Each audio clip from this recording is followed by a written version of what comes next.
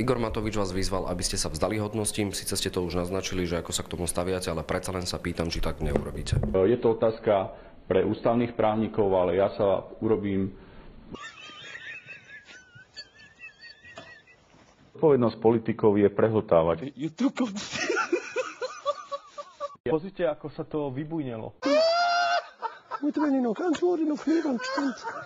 Za to, že mimo pléna nafúka alebo spôsobí dopravný prostriedok. Vláda nestojí a nepadá na žiadnom ministrovi a na žiadnom koncesionárskom poplatkovi, ale, ako som povedal, a na žiadnom koncesionárskom poplatkovi, ale výplatnú pásku, tak zo 700 eur ešte 500 ide štátu, 500 vám ide z čistého, ako som minule ukazoval. Jak? Veď pre Boha živého.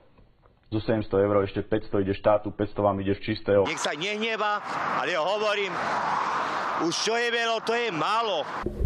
Viete čo, urobím to tak, že nikdy. Veď pre Boha živého. Ako som povedal, ja si tú hodnosť zaslúžim. Mne normálne láta z rukou vypadla.